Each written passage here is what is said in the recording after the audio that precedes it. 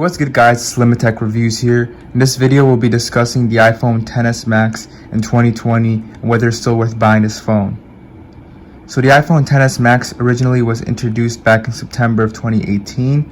It brought the A12 Bionic chipset with 4GB of RAM and originally came out with the iPhone XS. And a month later Apple did introduce the iPhone XR. So originally a lot of people did not like this device because not too many things were changed with this phone, and so a lot of people were underwhelmed with this.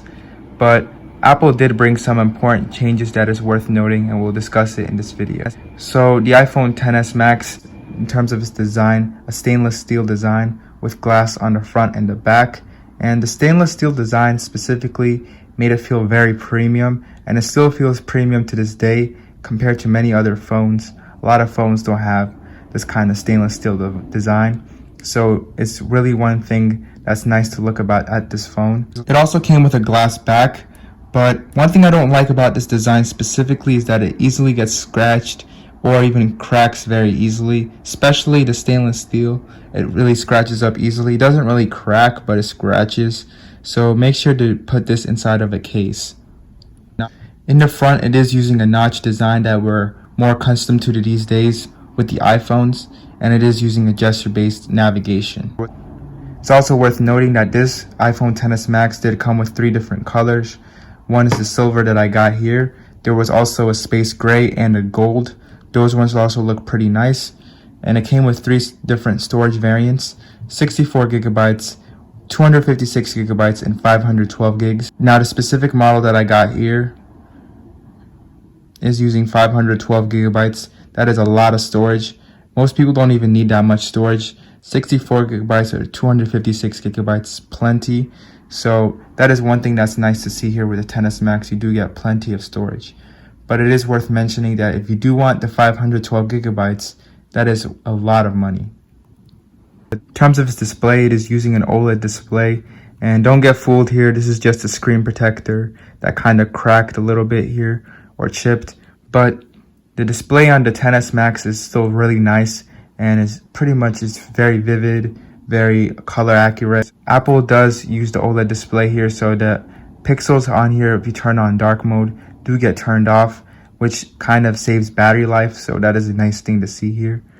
But some people are sensitive to the XS's display, or specifically the OLED displays, so that is worth mentioning. But it's not too much people that are sensitive to it, but some people are. In terms of its camera, it does come with a dual lens, one with a telephoto, which enables the portrait shots here, and it does have more zoom in. Now the XS does have smart HDR, so the pictures that come out of this are pretty excellent. The videos are still pretty excellent, but one disadvantage that is on the XS is that it doesn't have night mode.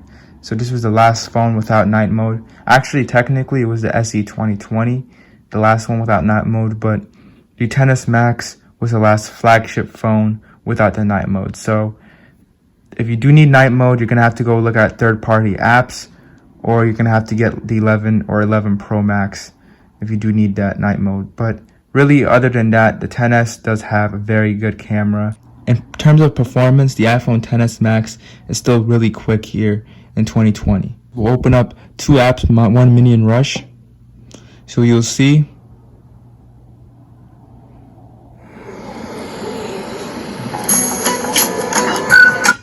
that opens that up pretty quickly. We'll also open up Subway Surfers.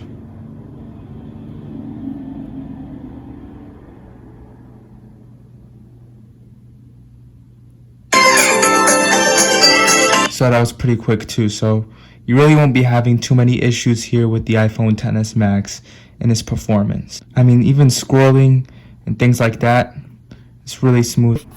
The speed difference between the iPhone XS Max and the iPhone 11 Pro Max is really not noticeable.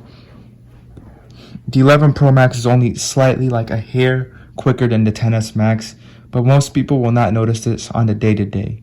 In terms of the software, this does run iOS 13, and it will run many versions more of iOS. You do get all the latest features, all this latest security updates, and that's nice to see. It is almost 2 years old, so you shouldn't really be worried too much about the software here, and it will stay relatively fast for the next few more years. Battery life on the 10s, it wasn't the best. Technically the 10R was the best when it came out, but the 10s still does have really good battery life. It will last you pretty much the whole day if you are a heavy user, most of the day at least, or the whole day. If you are a medium user, you might even be able to squeeze in like a little bit more than a day. If you are a light user, probably just 2 days even, probably. So the 10s Max still has really good battery life, unless you are a very heavy user and you require the absolute best battery life, then it might let you down. But this thing is still really good, and no one will be complaining about this, I don't think, in terms of its battery life. Even if you are a heavy user, this is still a good phone to have for its battery life. So if we talk about the audio here, let me show you an audio sample.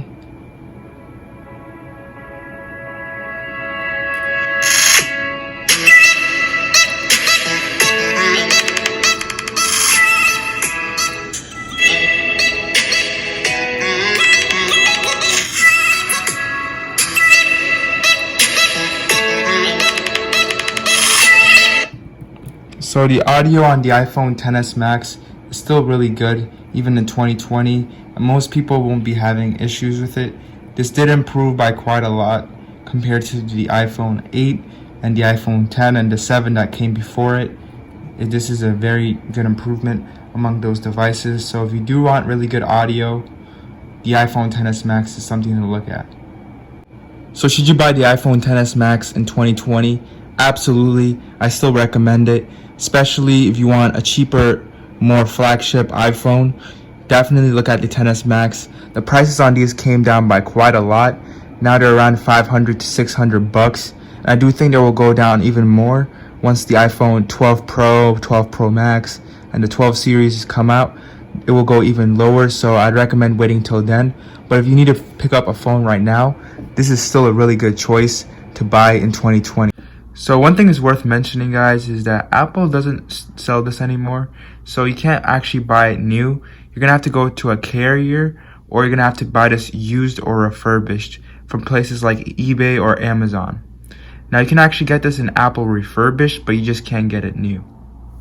I believe Apple stopped selling this because it was just too similar to the 11 Pro and Pro Max and the 11, so I guess Apple just wanted to keep this out of the lineup because it might just conflict with the sales of those devices. I hope you guys enjoyed this video.